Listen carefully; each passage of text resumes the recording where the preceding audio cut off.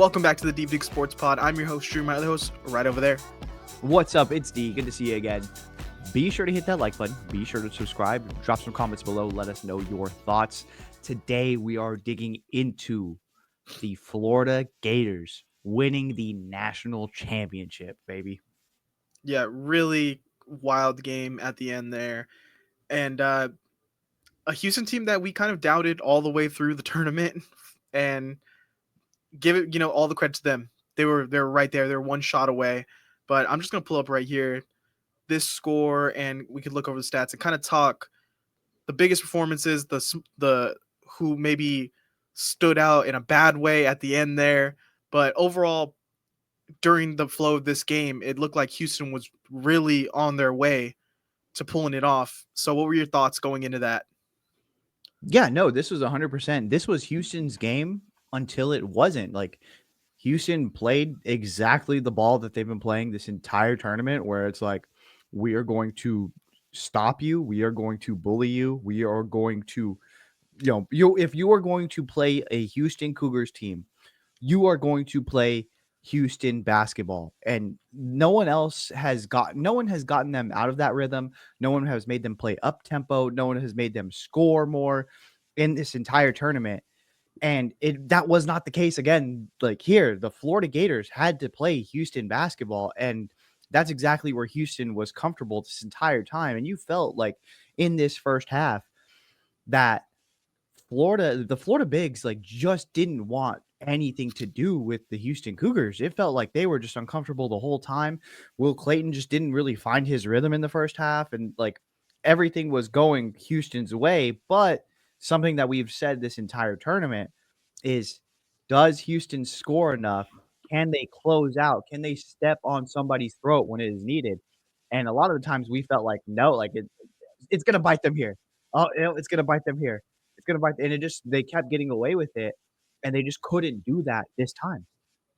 Yeah, and where it really should have got them was the Duke game, where it felt like that game was over, and then just mistake after mistake for Duke. And credit to Houston, where they're putting themselves in position for steals or bad inbound plays for Duke. But yeah, Florida was just a team that they have some veterans. They were not going to be, scared in the big moments, and especially Clayton throughout this whole tournament. And this is the reason he's climbing up into the first round of draft boards, that he was so steady, even though he was missing shots, things weren't going his way. Once it came down to crunch time in the clutch, he was there to answer. He was still picking his spots, getting to the free throw line, hitting shots when it mattered most. And that's kind of what he's been throughout this whole tournament. Yeah, well, Clayton, I think that's a good thing. Like, I don't know. I'm not a big Clayton guy. I think that he's good. I think that ultimately he should be a second round pick, and hopefully he makes a roster and he can contribute on the bench. I don't see him going into the league and being like this star player. I don't see, like, there's long stretches where you watch Clayton where he takes dumb shots. He just doesn't get things going. And it's almost poetic that it happened here in this game the way it did. Yeah, like if you're writing the book on the Florida Gators, you would have liked Clayton to have gone off and get 30. But it's almost more poetic that he sucked the entire first half and then battles back, and they beat this Houston Cougars team that, I mean, can you credit them for falling apart, or do you give the Florida Gators just countering and, beating them at their own game? And Clayton was the guy who obviously, like, when it came down to crunch time, you felt most comfortable with the ball in his hands. Yeah, well, I mean, let's talk about just coming back from half. Florida's down. They want to be aggressive, and they pick up 5 fouls within the first 2 minutes of the second half. And that's when you start to be like, oh, okay, is Houston just going to get to the free throw line easily? And is Condon going to be in foul trouble? Clayton's still not going. This is starting to unravel for Florida. But once, I mean, I'm giving Clayton praise here, but once he went to the bench, the offense kind of put it together a little bit without him, and especially with Hauk taking over a little bit there. That's when, Hauk was really the energizer to bring back some of that fight in Florida when they were feeling down. Yeah, but also Will Richard had he kept Florida afloat during that first half. He kept them in striking distance. And again, like we always just felt like Houston, when they have people down, they just do not put them away. And it just felt like at certain times, like Houston, if you make 2 more baskets here, you're gonna win this game. And it just never came down to that. Like again, like I credit Florida. We look at this Florida run, and it's like, dang, they've had an incredible last 2 months of basketball. But it is a flawed team as well. We're looking at 2 very flawed, like not very flawed, but like there's ways to beat both of There's these teams. cracks. There's Yeah, cracks there's in cracks in the armor. armor. Yeah, and I guess so. Before we talk about big picture, what this means for this team in general, and like, is this a great Florida team, and the run they kind of went on in this tournament, the end of this game, Houston was basically just running, gunning, getting to the lane, getting to the hoop at will. It with before the final minute, 2 minutes, Houston was scoring on Florida. The tempo was up. It felt good. It felt like they're dominating the offensive boards. And then when you get to the last minute, for some reason they were like, let's take 30 seconds off the clock and try to run a set and see what we can do. And it just felt sloppy. That second to last possession they had. It wasn't even just that. Like Houston did not score a point after like with 2 minutes left. Like that was the last time they scored a bucket with 2 minutes left. It was a horrendous, like it just felt lackadaisical. It felt like they didn't understand what the game situation was. And that goes back to like you have to put it on Kelvin Sampson at that point. Coaching, like you have to coach these guys up. And yeah, you could sit there with that stupid look on your face at the end of the day and be like, oh, why would you do that? You're supposed to be coaching these guys, Kelvin. Your old ass should be out there letting them know we cannot do this. Like, what are we doing? Get up tempo. They let Houston was running sets so late, and they just let Florida crawl up into their ass. Like they were pressed so far back that when Houston was trying to maneuver around, and I do feel bad for Emmanuel Sharp because Emmanuel Sharp on both of those last 2 possessions, turnovers on him. I'm sure he feels like today, like it's all my fault. The reason that we lost. Ultimately, it comes down to coaching. You cannot let Florida press you that far back off the 3-point line and expect to run a successful set. I don't understand the thought process of let's hold the ball here and let's go ahead and we'll figure out a shot at the end of this. And it just wasn't a good, well thought out play on either one of those. Yeah, when you're basically you've shown that your speed and your size can get to the hoop. And what got Houston here? Really great inbounds play calls where you get a quick score. And what they decided to do was, yeah, let Florida set their defense, push them. They're trying to run screens about 35 feet away from the basket, and you just have to get a better shot, especially on the final possession. You have to get a better shot than a prayer of a three, even if that goes up and Clayton's not there. That's a deep 3-pointer to try to hit to win the game.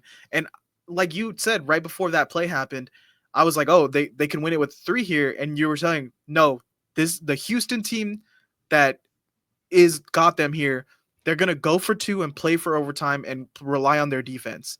And that it feels like they just got so far away from who they were in the final minute. Yeah, I was telling you this, and I was like, okay, I understand what they're like. I was like, I would understand if you are going to go for the 3 and go for the win. What I would have done, which I thought that Kelvin Sampson would do, is we're going to go for the quick layup. We're going to either go to the line and shoot the 2 to tie it up, or we're going to get the layup and we're going to play defense.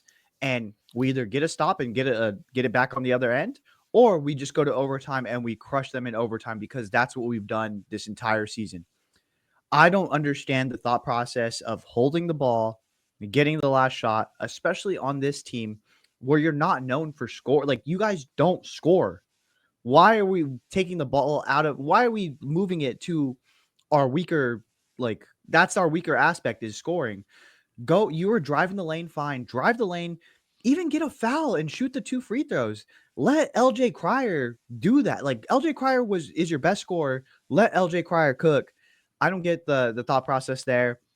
So I mean that's just me. I would have went for the 2 quick, gone for a stop and either got the ball back on the other end or just been fine going to OT, I feel like that would have really demoralized this Gators team. It's like one of those things where you come back, and you don't get over the hump. We've seen it multiple times in this tournament where the teams have come back from a deficit. They, hit this point where they tie it up, but they don't end up winning. And the other team just runs away with it from there because all the momentum is in their court. Yeah, I agree. I think overtime would have leaned Houston because at that point you're down 2. If you tie it up, it sort of feels like you stole the momentum from Florida, and it's a brand new game for you. Like Mm-hmm. Houston feels like, oh well, we should have lost this game, and now we're here 0-0. But Houston 6 for 25 from 3. You have Sharp who shot 1 for 7 from 3. I understand if they were hitting them today, but that's atrocious 3-point shooting, and they planned for 2 basically 3-pointers at the end there. And then I get it was a quote unquote smart play to not pick up the ball after after he goes up with it, he drops the ball, he doesn't get it. But at that point, just grab the ball and just play the free throw game at this point. Like, hey, at least that gives you a fighting chance. But it just felt like no one was situationally aware of what was going on. Everyone looked around like, what do we do? And Florida was fine to just let it roll. That was a full-on moment of panic because, I mean, there's 9 seconds left. I understand Clayton's flying at you. It's the end of the game. You've committed to this 3-pointer. If you're off the ground, put the 3 up. Maybe he fouls you. Maybe you miss horribly, but maybe someone gets the rebound. At that point, you try to get the 3 over him. Yeah, and again, you had time. You had 6 seconds. So even if you did, again, we're playing the foul game at this point. You're in a better spot than losing this game. Yeah, I saw a tweet that was like, how crazy is it? Houston was a team that would practice diving on the ball, and they lose the national championship game on a dive ball that Florida won out. So yeah, I feel for Emmanuel Sharp just because those 2 turnovers are technically on him, and I'm sure he feels like crap today, but ultimately that should be on Kelvin Sampson. well, let's talk about the Florida team in general now. The national champs, first time since 07, I believe. Where does this put this team on a scale of greatness? Because this has some players.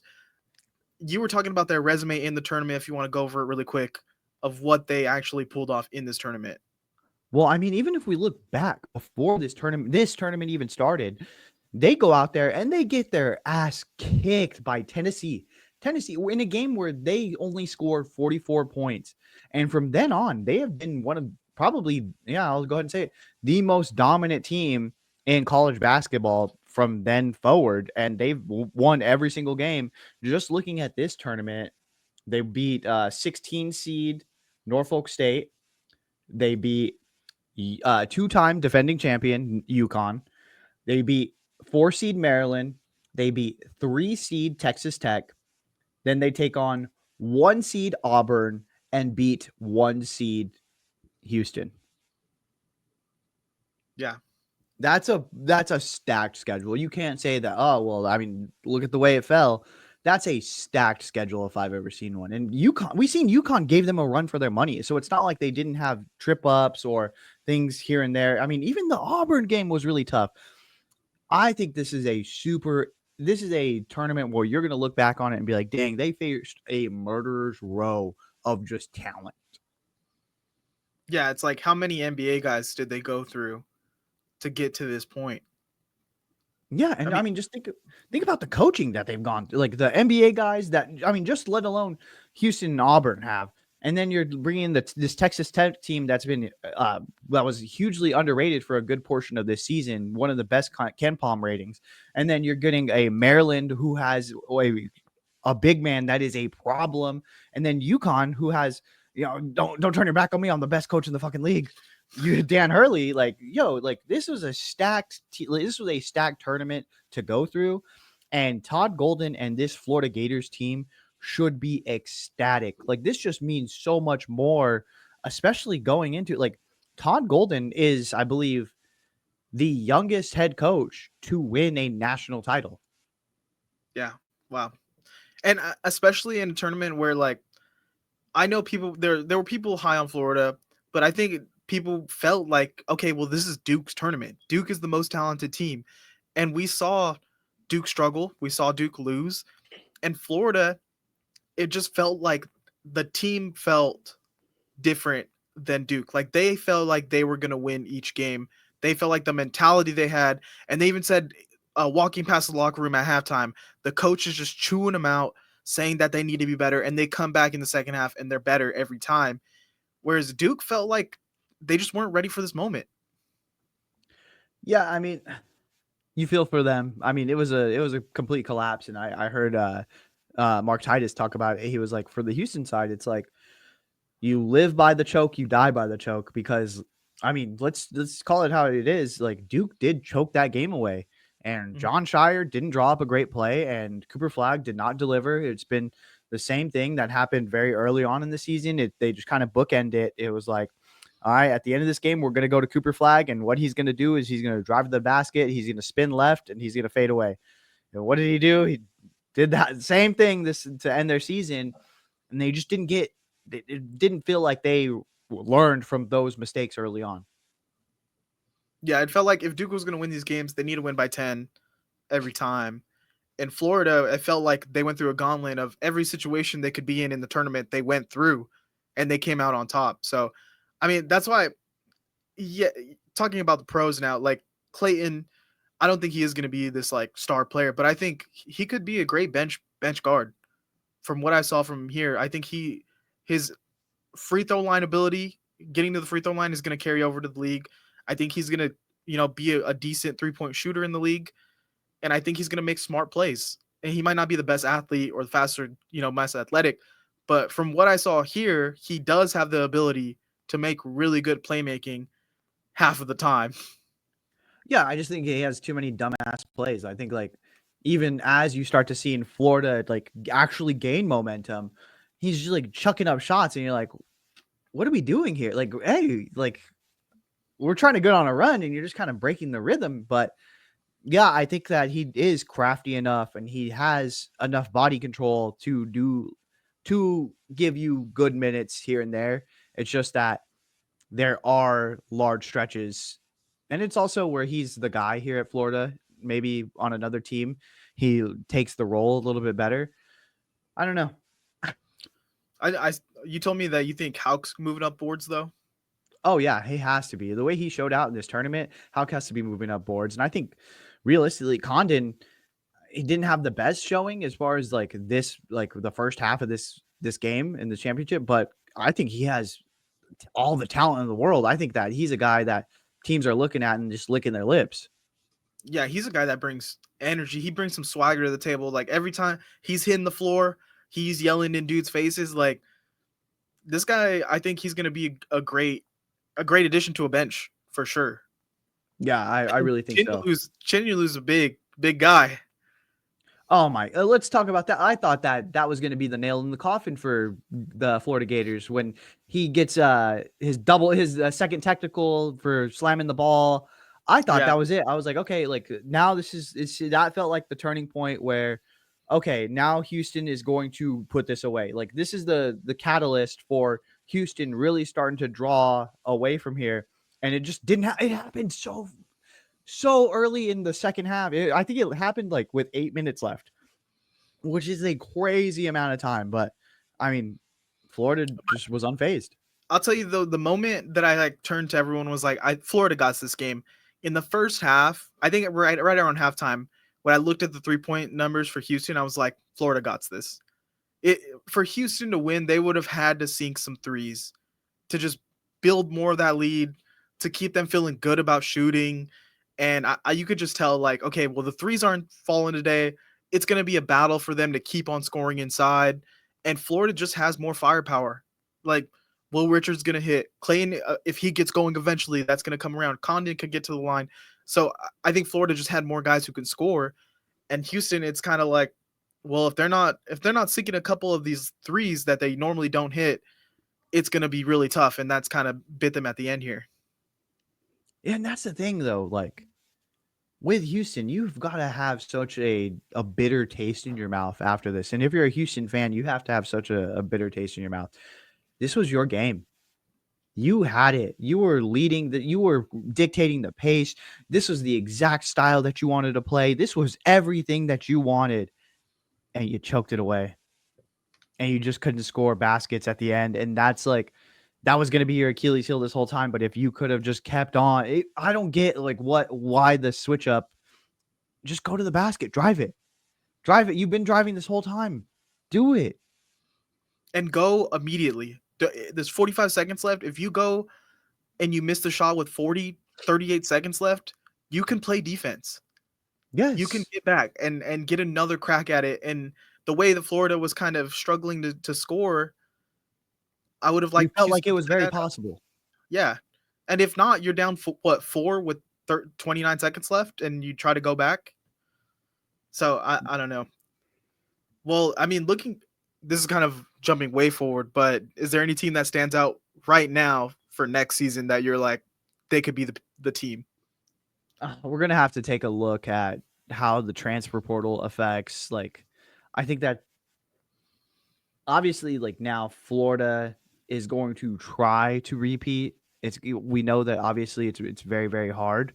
But teams you do feel good about. I mean, if you're UConn and you're looking at this, you're like, hey, on a down year, we almost beat the team that won the national championship. If we get back up and rolling again, we're good to go. Like, and you have, quote unquote, I'm the best coach in the league. Don't turn your back on me, Dan Hurley. I feel like UConn is prime. Like, I think, again, everyone thought this was going to be a horrible year for UConn. Like, I don't know. Like, I know a lot of people were like, it's UConn back-to-back champs. I don't think anyone was thinking that they were going to win the title. And to take Florida to a 2-point game and Florida goes on and win the national championship, if you're Dan Hurley, you got to be looking around like, see, I fucking told you. Like, that could be me. Yeah. And I mean, a team that could struggle. I mean, St. John's losing RJ Lewis. They already don't have shooters. They're really going to have to recruit well and get some shooting on that team, because they had a great defense. They had guys who can score inside and rebound. They had everything except shooting. So that's going to be something to look out for. And is Maryland going to be able to bounce back if Derek Queen's going to the draft? So, I mean, yeah, we're just going to have to look at the portal and see what's going on. One team that's going to be super interesting is Coach Cal in Arkansas. That's going to be so interesting. Because I think they're just going to keep getting better. I think they're just going to keep going on. They already I think they should have won the last game they were in, and another kind of fall apart for them. But yeah, no, they 100% fell apart in that game. They should have won that. And it goes back to, like, again, everyone is kind of laughing at Calipari. Yeah, like Jack Golke ends his Kentucky reign and he goes to Arkansas and they have one guy on the roster and it's like, how are they going to build? And you turn around and you look at it and it's like, they made it very far in the farther than anyone believed in the tournament. And they went to Kentucky, beat his rival. And it's like, you're looking at it like, yeah, we did that. And this is year one. We're only going to get better from here. So that's going to be very interesting to watch. And they have money. They have so much money to play with. And everyone was like, oh, well, they had resources at Kentucky. They have so much more resources at Arkansas. And young Patino, does he have Xavier now? I don't know. There was a weird situation where he was coaching Villanova for like a 3-hour stint, and then he goes to Xavier. So I have no idea. Wherever he goes. And then I just want to throw out there, Sacramento State, applying to get that D1. They got Mike Bibby as the head coach. Shaq's youngest son now plays for them. They had a top recruit visit. So Sac State could be on the way. It's so weird with NIL where you're seeing these top athletes go now. The number one prospect or the number one recruit is going to BYU upcoming. Oh, yeah. And it's like, okay, like now this actually opens up so much more. And look at and it doesn't guarantee wins. Look at Rutgers. Rutgers has 2 top 3 draft picks on their team. They couldn't even make the tournament. So it's like, getting a top recruit doesn't guarantee you shit. Whereas before, it used to guarantee you like, okay, we're at least making the Sweet 16, which is it's so insane how the world has both opened up and also if people are crying that, oh, the mid major's gone. Oh, what are we gonna do? Oh my goodness. Shut up. I mean, the mid-major. I think the Norfolk State coach said they were basically a glorified JUCO. That players are going to come here to get noticed, and then they're going to go to a bigger, better place. And if you look at what the Sweet 16, the Elite Eight, it was all mid-major transfers. And so, I mean, yeah, I think we had some good games, some really good games from mid-majors in the first round or two, but it's going to be tougher and tougher for them to compete. The thing is, they're going to have like a year-to-year basis. Like, it's going to be a Russian roulette of which mid-major is going to catch fire and like get into the Elite Eight, because then they're all going to leave and you have to start over basically. Yeah, but also this is a if you were following the entire year, you knew realistically when it came down to it, these 4 1 seeds are really good. I mean, realistically, any one of these 1 seeds, you felt like, all right, if you picked them to win the national championship, you felt good about it. And I think that everyone was expecting it to be a pretty chalk bracket. And I just think that goes to say, like, because there wasn't one dominant team, like, typically what we've seen in the past is there is one front runner for the national championship, and there's like 3 different dark horses that could, in theory, beat them. And then you have the rest of the tournament. Realistically, the 1 and 2 seeds of this tournament were stacked. And it was going to be tough knocking any one of those 8 teams out. Good luck. And so I just think it was a rare tournament year where there wasn't this big disparity, and yeah, you didn't have a lot of madness, but ultimately once it started getting down and whittling it down, you realized like, yeah, these are the best teams. Do you think next year we get more of that balance where we start to see some more upsets, some Cinderellas? I think so. I I think think so. just the way we're looking at it, like, and we're seeing how the now the NIL money is moving around and taking talent to different teams. I think we'll start to see that start to disperse. Again, be on the lookout for BYU. BYU's building something out there. Uh, is Kentucky going to figure it out again, or are they just going to kind of be what they've been this year, which is, hey, we're good for like a first year head coach or a first year with Mark Pope, but are we going to take this back step to being dominant Kentucky, or are we going to fall back on the wayside? Is the SEC as dominant as they've portrayed themselves in this and the didn't seem college like in the basketball? tournament. Yeah, I mean, but the realistic, like, Auburn was up there and Florida is your national champ, so Yeah, they did, but I yeah. mean, I think you do have to think too. At a certain point, a lot of guys are staying in college, and there's gonna not be enough seats at the top schools. So, are you gonna go be a sixth guy and hope that someone sees your talent and drafts you anyways? Or are you gonna go to somewhere smaller and be the number one guy and try to make a name for yourself? So I think we are gonna see more of those with more guys staying in college longer. So that could be something interesting. I mean, this a lot of people were saying like, oh, this wasn't a great tournament, even though the last, couple games were really good. I really enjoyed Michigan through this tournament. I really enjoyed Izzo's run through this tournament at Michigan State, Maryland. I mean, there was teams, McNeese with the manager. Uh, was it Colorado State was very exciting to watch. There was a lot of memorable teams in this tournament, even though they didn't make it too far. But I just hope next year we do get a little bit more of that March Magic upsets going forward. Yeah, it was just there was a lot of talent in this year, and I think again we're going to see it more dispersed out in years to come. And I think it was fun. I don't care what anyone says. Once you got down to like brass tacks, it was a fun tournament. Yeah. All right. Well, we're gonna talk about it next season, a little bit of We'll this see. off season, as we start to break down the transfer portal and the big names moving around, and who's entering the draft and all that good stuff. So make sure you like, comment, and subscribe, and we'll see you next time. See ya.